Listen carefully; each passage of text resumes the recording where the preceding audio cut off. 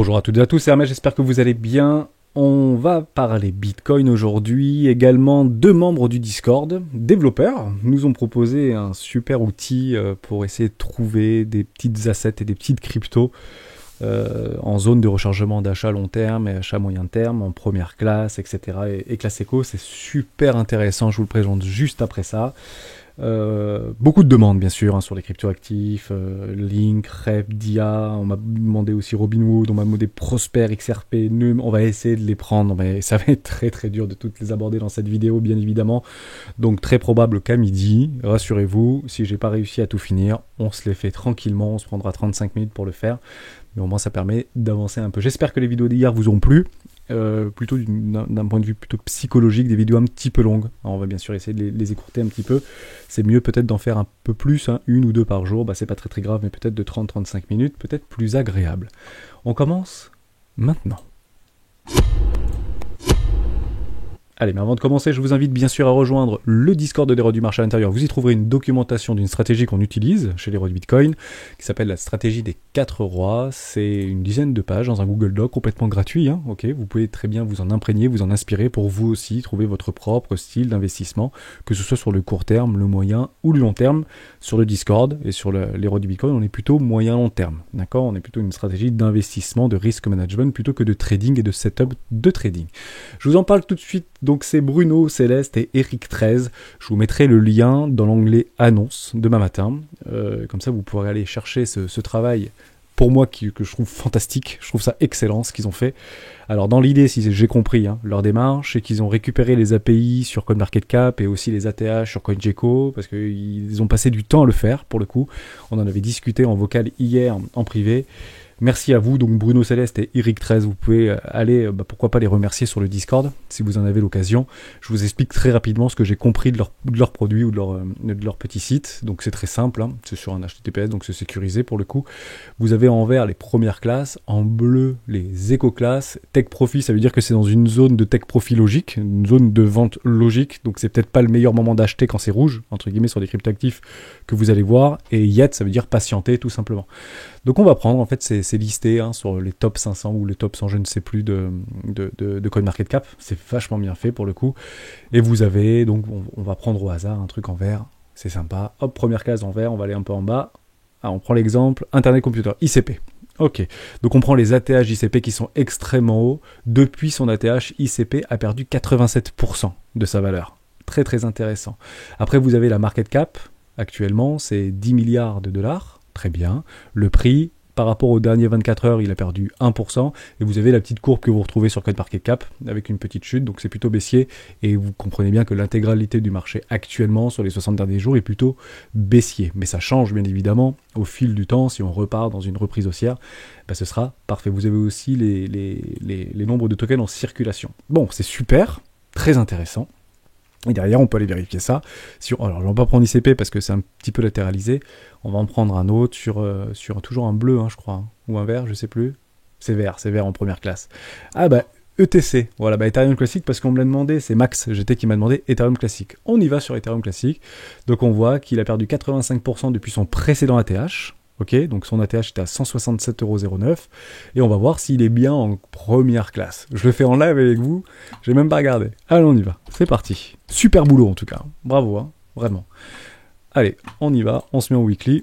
Et on va tracer nos zones de rechargement. Formidable. On efface tout. Alors, les bottoms par rapport aux bottoms de marché qui sont pris sur sur le petit site, ici, après, je vous montrerai un truc, il ne faut pas que j'oublie, par rapport à la recherche, pour faire des watchlists, c'est très intéressant, c'est pris à 0.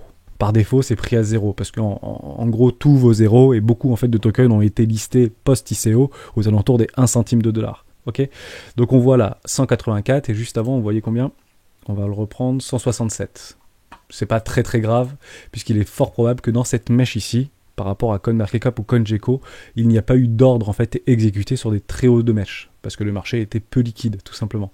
Donc je vais le prendre quand même à 167, parce qu'on va reprendre un peu le truc, mais c'est pas très très grave. Ok. D'ailleurs, très souvent, je ne prends pas les mèches point haut, et je vais le chercher sur CoinMarketCap. Donc ici, par exemple, pour aller voir quels sont les précédents ATH. Je vous montre en direct live. Comme ça, il n'y aura pas de problème. On prend l'historique, 100% de l'historique, all, et on regarde jusqu'où ça a été. Voilà, bah, vous voyez, même sur CoinMarketCap, c'est pas monté jusqu'à, si peut-être, c'est 134 $. Vous voyez, intéressant, hein. Et là, on était à 167 sur CoinGecko, et sur Binance, on était à 180 et quelques.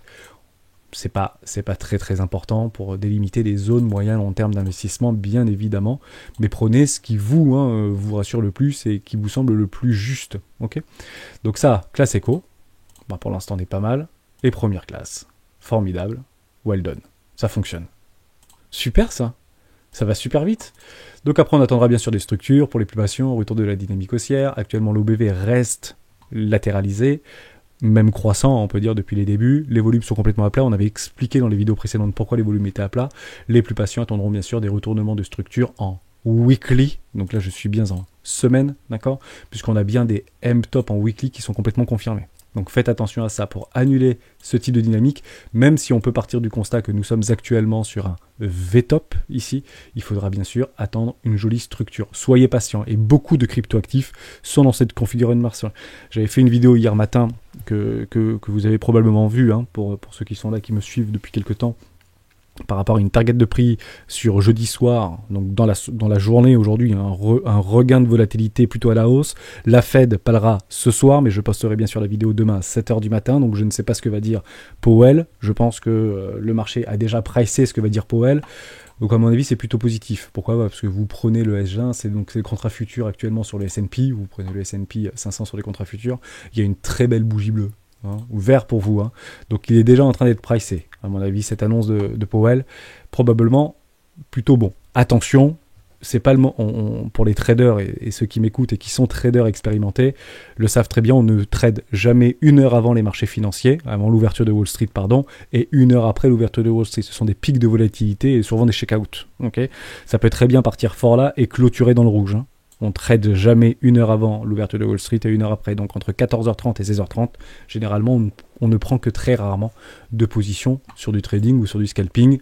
Mais ça, peut-être que les traders le savent bien mieux que moi, même si je l'ai été, et dans le passé. Bref, en tout cas, ça fonctionne très bien. Ce petit site que je vous partagerai dans le Discord. Bon, merci à vous, hein, je vous le rappelle. Bruno Céleste et Eric13, super boulot, merci infiniment. Et vous, membres qui m'écoutez, qui nous rejoignez au quotidien sur le Discord, j'ai beaucoup de sollicitudes dans ce sens-là, que vous voulez aider la chaîne, etc. Vous êtes très nombreux à m'avoir apporté des modifications sur la stratégie des 4 rois. D'autres font des jolies photos ou des jolies pictures pour pouvoir modifier directement sur les documentations qui sont peut-être pas suffisamment lisibles. Tout ça, je le prends, tout ça, je le stocke et tout ça, je le ferai. Hein, dès que j'ai un petit peu de temps, à ce moment-là, je le fais, il n'y a aucun problème, mais je prends toutes vos sollicitudes. Et merci infiniment pour votre bienveillance et votre gratitude. C'est clairement ce qui nous fera progresser, hein, au quotidien. Que vous soyez jeunes arrivés sur les cryptoactifs ou sur les marchés financiers, ou plus expérimentés. L'idée, c'est qu'on progresse tous ensemble, tout simplement. Rythme différent, certes, mais tous ensemble. Et c'est clairement l'ADN de la chaîne, ou ce que j'ai essayé de créer il y a maintenant un peu plus de 3 mois. Merci à tous, bien évidemment. Alors, on se regarde une dernière fois, parce que je trouve ça génial. Donc, bleu, c'est plutôt classe éco. Gala. Bon, on va regarder Gala. Ouais, Gala, on m'a demandé aussi de parler de Gala. Eh ben, on y va sur Gala. C'est parti. Donc, plutôt peut-être classe éco ici sur Gala. On va regarder sur... j'ai pas trop d'historique.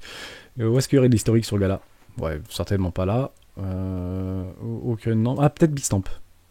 Pas du tout. Ah, bah d'ailleurs, c'est que ça commence à être listé Gala sur les gros exchanges. Ça se pète un peu la tronche, l'histoire. Est-ce que ça... FTX ? Je crois pas trop. Ouais, non plus. Hein. Bon, quand on sait pas, à ce moment-là, très simple, on va sur CoinMarketCap et on va mettre Gala et on va regarder. Est-ce que c'est plutôt en première classe ou est-ce que c'est plutôt en classe éco ? Le petit site nous dit que c'est en classe éco. On y va. Très rapidement. Et après, on passe Bitcoin, bien sûr. Là, c'était juste pour faire l'introduction. Ouais, bah, exactement. Si on prend les zéros, les bottoms de marché historiques par rapport au précédent ATH, on n'est pas encore en première classe. Je pense qu'on est plutôt en classe éco. Et d'ailleurs, on commence à avoir des très jolies choses. Hein. Un petit W daily. Mais faites attention, parce que je crois que je l'ai posté, tant que la bougie n'est pas clôturée, il faut que ça clôture au-dessus de 20 centimes. Je me rappelle de tête, j'avais répondu, je sais pas à qui j'avais répondu dans le Discord, il se reconnaîtra très probablement. On attend les clôtures de bougie, ok ? C'est pas parce que vous avez une forme de W, on va le reprendre ici, vous le verrez beaucoup mieux. Sur Binance, hop, j'avais fait ce petit travail-là, on passe en daily. Voilà, ah bah voilà, il y a encore. Bon, très bien.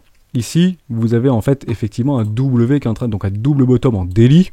Ok, c'est pas la Bérésina, hein, mais c'est toujours très positif, ok, mais il faudra bien attendre de venir clôturer la bougie diluée au-dessus des 20 centimes de dollar. Si on fait une mèche comme ça et qu'on revient là, ça compte pas, hein, c'est pas un W. Parce qu'on n'a pas clôturé au-dessus de la précédente ligne de coup, et notre ligne de coup est ici, mais on voit bien le W, il n'y a aucun problème. Ok pour vous? Donc bravo pour ce petit travail. Je finis juste par rapport à la recherche. Vous pouvez même le partager, m'a-t-on dit, donc c'est super. Exemple, vous allez chercher Gala par exemple. On met une petite virgule et on va chercher ETC par exemple. Et on met une petite virgule et vous pouvez créer votre watchlist comme ça. Je sais pas moi, DIA.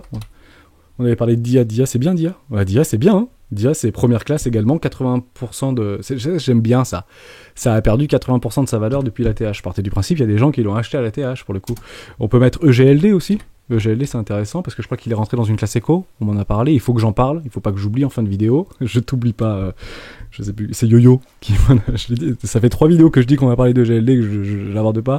On y va maintenant, ok? Comme ça, c'est fait. Et on va parler de GLD, classe éco. Ça a perdu 73% de sa valeur depuis le précédent ATH. Actuellement, c'est 65% des tokens qui sont actuellement en circulation. Donc, ça va en fait, il y a encore un effet, entre guillemets, inflationniste. C'est 20 millions de tokens actuellement. La market cap, c'est 4 milliards de dollars. Et c'est déjà pas mal. Ok, très bien. Je sais pas si... si il m'écoute, Eric. Si tu as la possibilité de rajouter la... Je sais pas si c'est la cap 100% diluée ou juste la capitalisation actuelle. Est-ce que... Ah, mais je pense que... Oui, je pense que c'est la max. C'est la complètement diluée. On regarde ensemble 4,6 milliards. EGLD. Ouais, c'est bien alors. EGLD. Comme ça, je fais le LD.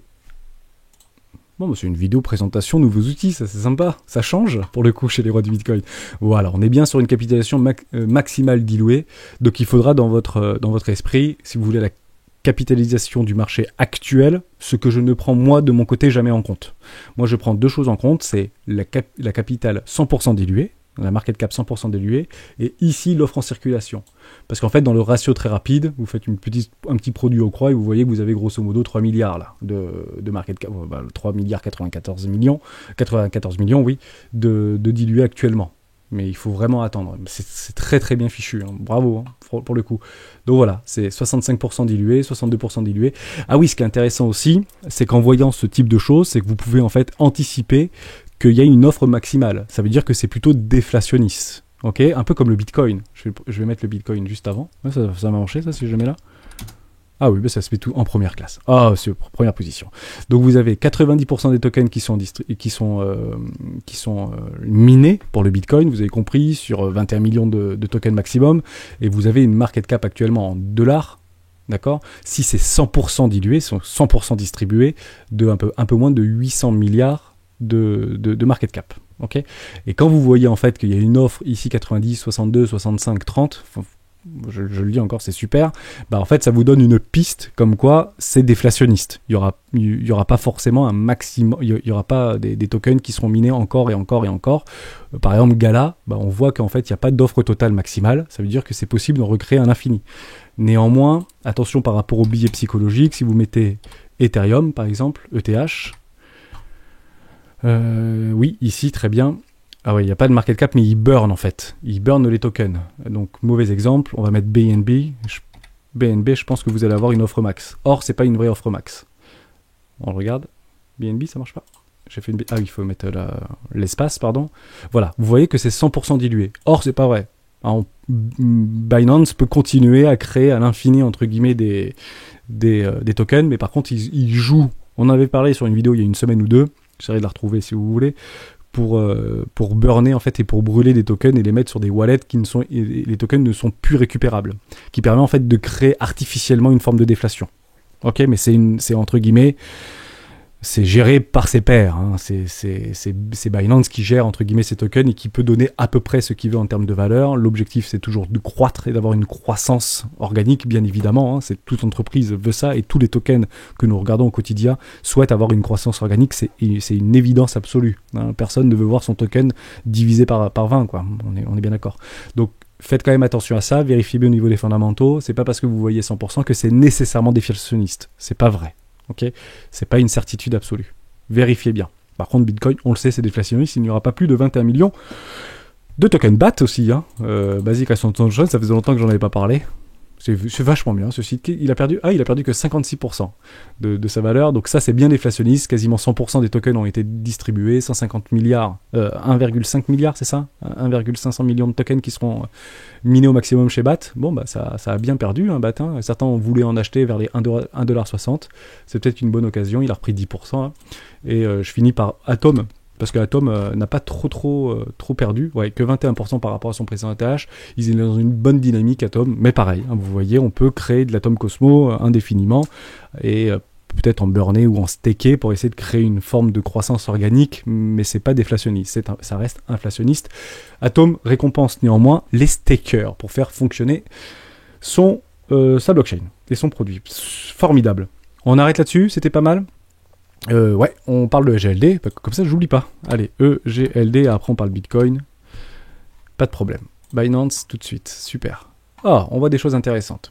EGLD, j'attends juste une structure pour remettre dedans. C'est très très intéressant. EGLD, beaucoup en fait voulaient en acheter probablement là-dedans. C'est clairement pas ici qu'on achète, ici on vend. Alors après on peut dire ce qu'on veut, on peut dire oui mais c'est normal, le marché s'écroule, etc. Oui mais il s'écroule parce qu'il est trop leveragé et parce que ça monte très vite. Prenez un exemple, vous prenez un élastique, en fait, et vous le tirez vers le haut très fort. À un moment donné, sur une pointe de valeur. En fait, le prix d'un actif n'a rien à voir avec sa valeur fondamentale. Le problème, c'est qu'aujourd'hui, on ne peut malheureusement pas délimiter et définir une valeur fondamentale. Je réponds d'ailleurs à une question très simple, parce que j'ai eu beaucoup de retours dans ce sens-là. Est-ce que je l'avais noté, cette question-là? Et ça me fait une petite bifurcation. Ouais, bah, je l'ai plus. Mince. Bon bref, on m'explique que tous ces youtubeurs qui savent rien sur des cryptoactifs, etc., bon pas très sympathique, mais je prends toutes les critiques bien évidemment, je me mets dans le lot, hein. Il n'y a pas de souci pour ça. On m'explique encore une fois, comme beaucoup, que comme la valeur de minage, et chacun a un petit peu sa valeur en fait résiduelle de mineur, qui est aujourd'hui de 25 000$ ou 30 000$ à peu près par rapport à un prix d'actif, ne peut pas descendre en dessous. Mais ça, il faut vraiment se l'enlever la tête, parce que ça peut complètement dévisser bien en dessous des 30 000$. Et aucune certitude sur les marchés, c'est très très important. Ouais, enfin, il y a encore, je vous garantis que en mars 2020, c'était impossible qu'on tombe en dessous des 6000. Mais quand je vous dis impossible, c'est que mathématiquement, c'était impossible. Il y a des gens qui faisaient des programmes mathématiques pour nous expliquer que c'était juste impossible que ça tombe en dessous de ses précédents tops à 6500$. Ouais, on a fait un petit tour à 3008 quand même. Bon, on n'est pas resté longtemps parce que les mineurs, parce que les machins. Oui, mais personne ne voulait acheter à 3000$ ou à 4200$, 4700$, personne ne voulait en racheter. D'ailleurs, à 10 000$, personne ne voulait en racheter. Et puis d'ailleurs, à 19 000$, il n'y a plus personne qui voulait en acheter. Bon, bah derrière, basta. Et vous avez compris un peu cette psychologie de dire que quand la majorité est dans le contresens du mouvement, bah, le plus probable c'est quoi? Bah, c'est d'aller dans le sens contraire. À l'origine, lors de ce précédent bull run, où je ne dis pas qu'on est sorti du bull run, mais on va éventuellement le poursuivre. Pour moi, on le poursuit. Mais dans ce début de nouveau bull run pré-bear market par rapport à 2017-2019, bah, tout le monde disait, mais c'est pas possible. Voilà, on est dans un range, on va taper en bas, etc. On va redescendre, c'est pas, oui, bah, très très bien. Le truc, il a pris 350%. Et puis tout le monde voulait acheter, bah, où ça? Ici, hein, même ici, voilà. Bah, tout le monde achète là parce que ça ne peut plus descendre, bien évidemment. Une fois, deux fois, si vous n'avez pas compris. Jamais 203, faites attention, bien évidemment. Petit lapsus révélateur. Donc voilà pour EGLD, très très bien. EGLD, on attendra bien sûr une structure. C'est clairement une crypto qui a énormément de fondamentales. Ça m'a fait beaucoup rire aussi sur une actu, peut-être que vous avez vu sur CoinTribune passée, sur Solana. Je vous fais je finis sur EGLD, je passe sur Solana, mais comme ça permet d'approfondir mon discours. Et je pense que ça va vous intéresser, sans aucun doute. Actuellement, on va regarder quand même un peu techniquement où est-ce qu'on en est. On va chercher pile une ligne de coup ici d'un précédent W Weekly. C'est génial, d'accord? C'est parfaitement sain pour le marché. On vient clairement rechercher des achats juste ici et on rebondit. Alors que Bitcoin, si vous regardez par rapport à la charte, on est plutôt ici là sur Bitcoin. Ok? Donc ça n'a rien à voir entre guillemets. On peut très bien sur Bitcoin, je vais faire un petit... Si tout va mal sur Bitcoin, il serait pas complètement probable de venir chercher une ligne de coup d'un précédent énorme W annuel. Ok, ce serait pas complètement délirant de revenir ici. Alors que ce soit maintenant ou dans 5 ans, bah, en fait, on n'est jamais venu tester cette ligne de coup. Or, sur EGLD, on est en train de tester cette ancienne ligne de coup. Ok. Et vous allez me dire, oui, mais ça, c'est du béton armé. On revient sur Bitcoin, oui, mais ça, c'est du béton armé. D'accord? Et ça, on l'a toujours pas retesté. Or, sur EGLD, ça, on l'a toujours pas retesté. Donc est-ce que GLD peut revenir à 10 $? Pourquoi pas? En sachant que quand GLD était à 10 $ par rapport à son minage et post-ICO, il y en a qui l'ont acheté à 3 centimes. Ok, c'est un truc aujourd'hui à 150, 109 pardon pour GLD. Il y a quand il était à 10 $, ce truc avait déjà fait x10. Intéressant, hein? Ok, mais peu importe, la valeur réelle se déplace, qui n'a rien à voir avec le prix. Le prix à un instant T, c'est des fluctuations et des mouvements de marché, de volatilité, notamment sur les cryptoactifs, qui ne représentent pas un prix. Pour une entreprise, par exemple, vous prenez son PER. Donc son PER, c'est la différence entre sa capitalisation et son bénéfice. Ça, c'est plutôt à l'américaine. Sinon, vous prenez son bénéfice net par action par rapport au prix de l'action. Bon, bah voilà, ça vous donne un PER. Très bien, pas de problème. Ça, c'est facile pour une entreprise de dire, bah voilà, Total, par exemple, a un PER, je crois, de 25. Il me semble. Vous prenez d'autres entreprises, ah bah lui, il a plutôt un PER de 15. Donc il a peut-être un potentiel par rapport à sa valeur, par rapport à sa capitalisation boursière et son bénéfice et les rendements qu'il donne. Bah 15, c'est peut-être un petit peu en dessous. Vous prenez Tesla, il est monté à 180. Vous avez compris que Tesla, c'était un peu bullique, quoi. Ok, et c'est une bulle, Tesla, parce qu'il n'y a pas de volume, tout simplement. C'est que des dérivés. Des dérivés sur des dérivés. Formidable. Apple, pareil. Ça n'a plus vraiment de sens. Ok. Par contre, vous prenez Amazon, ouais, il y a une bonne cap parce que ça fait des revenus stratosphériques. D'accord? Vous voyez, par rapport à des PER. Bon, les PER actuellement, on est plus près des 50 sur les valeurs tech, 50, 40, 50, alors que la moyenne aux États-Unis, c'est plus près de 25. Ok? Bon, voilà, comme ça nous permet en fait de délimiter une valeur. Et ça, c'est la vraie valeur d'une entreprise. Et on arrive à le déciler.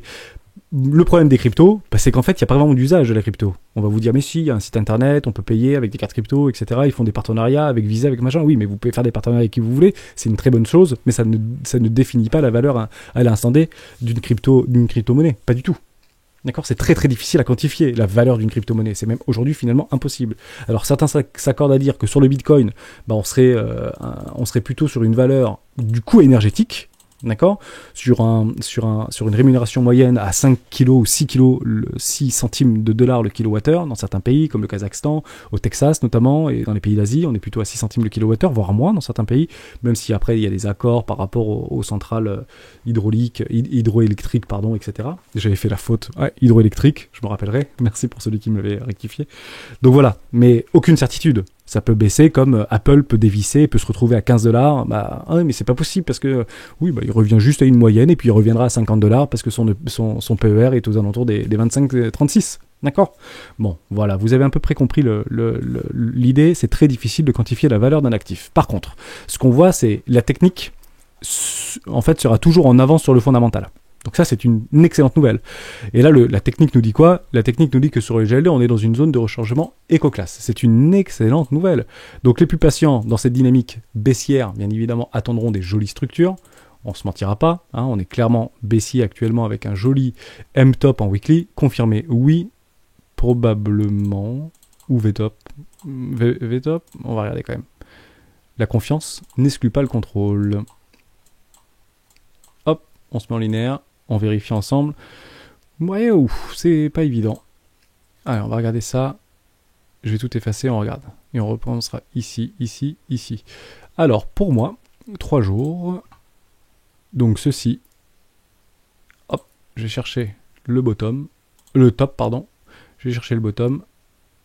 Est-ce qu'on est venu dans les 0,618? La réponse est non. On n'est pas venu récupérer mes 0,610. Donc, ceci est un V-top. Ok, donc les V-top sont toujours menés à être retestés. Les plus patients attendront éventuellement une structure au minimum en daily qu'on va bientôt avoir très probablement. Donc soyez patients. On l'a. Hein. On l'a. Sérieux? On va regarder ça tout de suite. Non, on l'a pas. Voilà, vous voyez, c'est comme sur Gala juste avant. Je vous ai dit, il faut vraiment attendre la clôture de la bougie. Vous voyez, la clôture actuellement de GLD n'a pas clôturé au-dessus de cette ligne de coup, de ce W en daily. Donc si cette bougie valide là, à ce moment-là, c'est bon, vous l'avez. Soit vous prenez, vous pouvez mettre une toute petite pièce ici, c'est pas complètement déconné, sinon vous attendez éventuellement un pullback ou une vraie continuation par rapport à un croisement EMA ou un MACD qui continue à être croissant. Donc là actuellement on est plutôt dans une forme de... Alors on est baissier sur le MACD en daily, donc vigilance, on n'a pas de confirmation momentum. Ce que je voudrais voir c'est une clôture ici au-dessus... Pardon, c'est pas joli ce que je fais. Ici, que mon MACD vienne crosser ici et clôturer en daily ici. À ce moment-là, vous aurez complètement la structure sur notre momentum. Et la dynamique interne redeviendra bullish. Actuellement, c'est bearish. Pourquoi c'est bearish? Très simple, parce que vous avez un M-top ici, d'accord? Vous avez bien un premier bras, un deuxième bas qui est plus petit que le précédent, plus bas que le précédent, et on a bien clôturé en daily juste ici, ok? Donc, ce qui est très bullish aussi, c'est de voir, et là vous avez plein de cryptoactifs qui sont comme ça, mais j'en parle souvent, et puis je le redis, c'est de capturer en fait un M-top dans un énorme W daily, et ça c'est super bullish. Où est-ce qu'on ira à ce moment-là? C'est pas gagné, hein. On fait un petit topo sur EGLD, ça me dérange pas. On va chercher ici précédent top de marché jusqu'au précédent bottom. Au minimum, on pourrait aller chercher en cas de retournement de structure et de dynamique interne. Je vais le retourner comme ça, vous verrez mieux. Le premier arrêt, juste ici, d'accord? Il est probable qu'on aille faire ça. On peut clôturer un petit daily, on continue, on part un peu. Tant qu'on ne vient pas casser le premier arrêt, le plus probable, qu'est-ce que c'est? C'est d'aller faire un tour plus bas, ok? Néanmoins, les plus patients et les plus motivés, entre guillemets, prendront bien évidemment, si vous prenez ici un ordre, au minimum à 110%, vous êtes juste en dessous d'un premier arrêt, possible qu'on aille chercher ces précédents high ici, et bien évidemment que probablement notre V-top sera retesté pour transformer un énorme M-top. Et là, reprise baissière, bear market, etc. Vous avez compris un peu l'idée. On est de façon absurde survendu depuis maintenant le 15 décembre sur EGLD, clairement on se casse. Bon, l'OBV est décroissant, mais on a une reprise des volumes. Donc l'OBV décroissant, reprise des volumes, pour le coup, moi j'aime bien. Je préfère avoir une reprise des volumes, même vendeur, parce que ça veut dire qu'il y a des gens actuellement qui accumulent, il y a des baleines qui doivent rigoler sur EGLD pour dire mais vous êtes complètement fou devant votre EGLD, c'est le seul truc qui est un fondamental, c'est bien EGLD. Qui a prouvé son fondamental, etc. Alors je dis pas qu'il y a plein de problèmes et qu'il y a peut-être des problèmes au niveau de l'infrastructure du truc, j'ai pas vraiment regardé au niveau fondamental, mais partagez-le dans les commentaires, il n'y a aucun problème. Mais techniquement, c'est clairement ici qu'il faut racheter, quoi. Soyez patient, attendez des retours de dynamique, au moins une petite structure, tant qu'on ne vient pas casser le premier arrêt, et si jamais on vient casser le premier arrêt et qu'on vous donne vos 110%, prenez vos profits, et après on discute. Ok? Mais prenez vos profits, sécurisez votre capital et votre position, c'est clairement le plus important. Parce que ceux qui ont pris ce break-là et qui n'ont toujours pas pris leur profit de toute cette montée-là, bah, ils sont bien embêtés ici. Et vous savez ce qu'ils font? Dans la plupart des cas, ils disent « Bon, je mets mon stop à break-even, juste là, et si c'est pris, tant pis, mais au moins j'aurais rien perdu. » Si t'auras perdu les frais. Ok? Donc mettez-le éventuellement à plus 10%, et là vous avez perdu. Ok.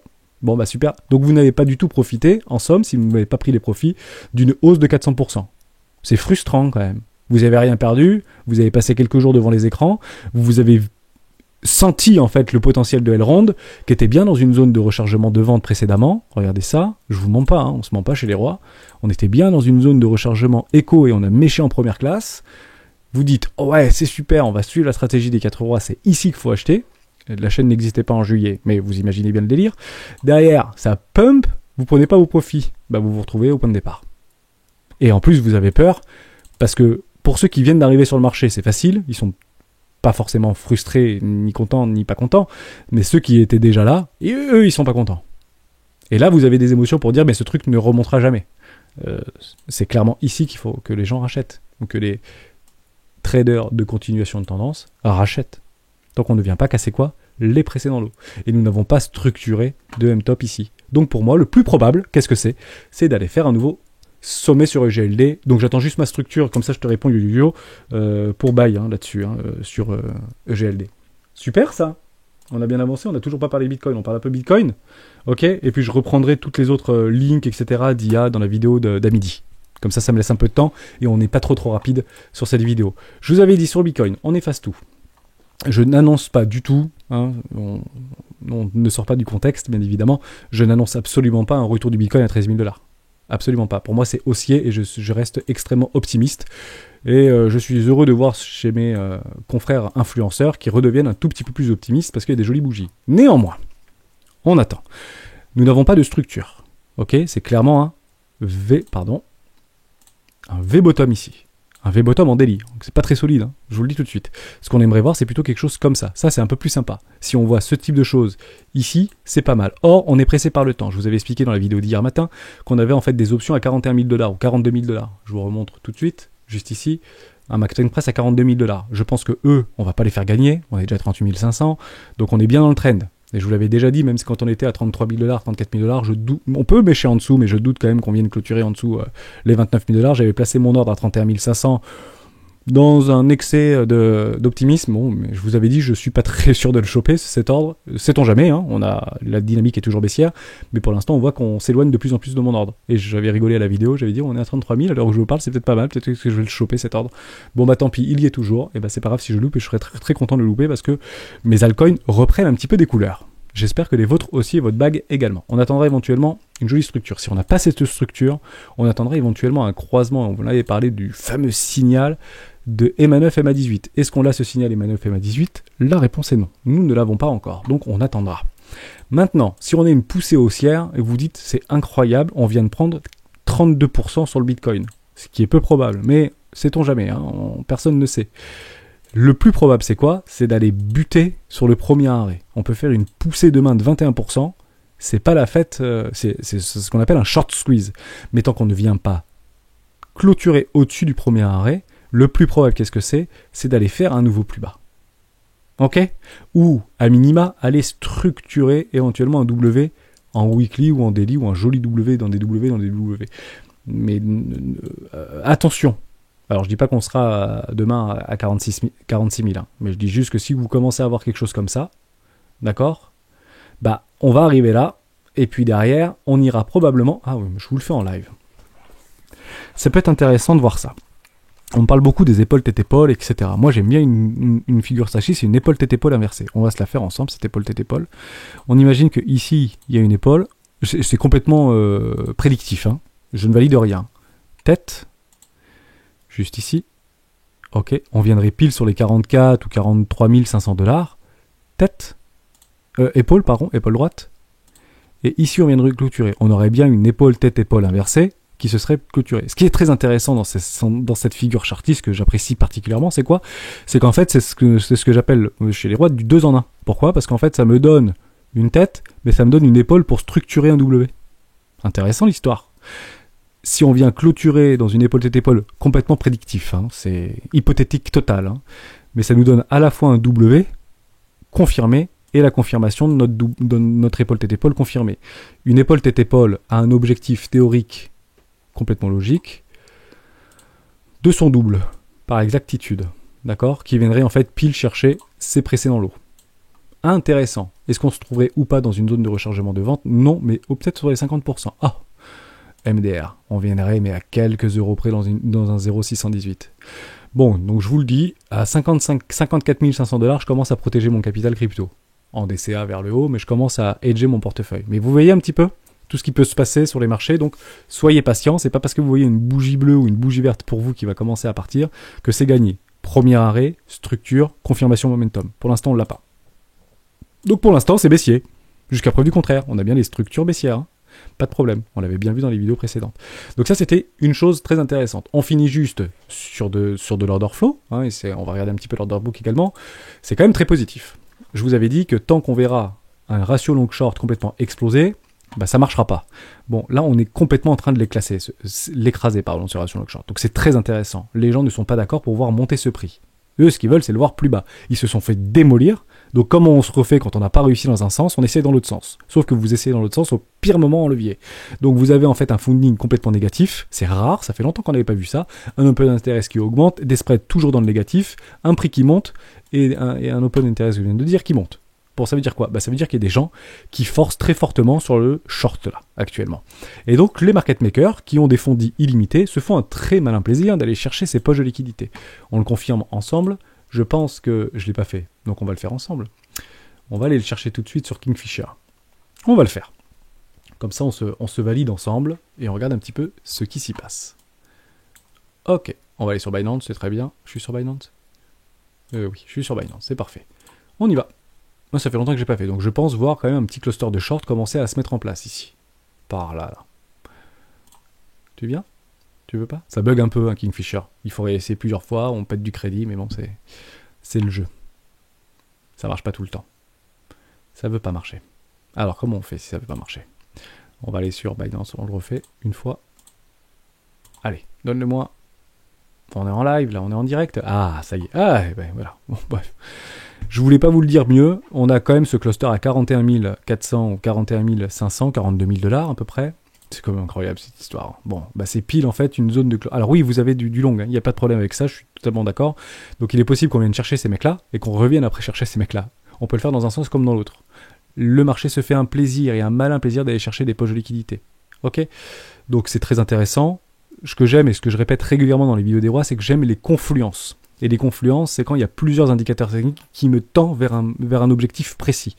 J'ai un cluster de liquidation de short. Je n'oublie pas les longues. Hein. Les acheteurs agressifs, ils se feront probablement dégommer. Donc c'est pas la peine d'appuyer fort parce que sinon on ira les dégommer en premier. Soyez patient et attendez vos structures. 1. Cluster de liquidation de short ici. 2. Mon ratio long-short, en fait, qui commence complètement à s'écraser et même à un petit flippening là, qui commence à se profiler. Mes spreads sont négatifs, open interest augmente et mon funding est négatif. Donc ça veut dire que ça coûte de l'argent de shorter ce marché. Ok ?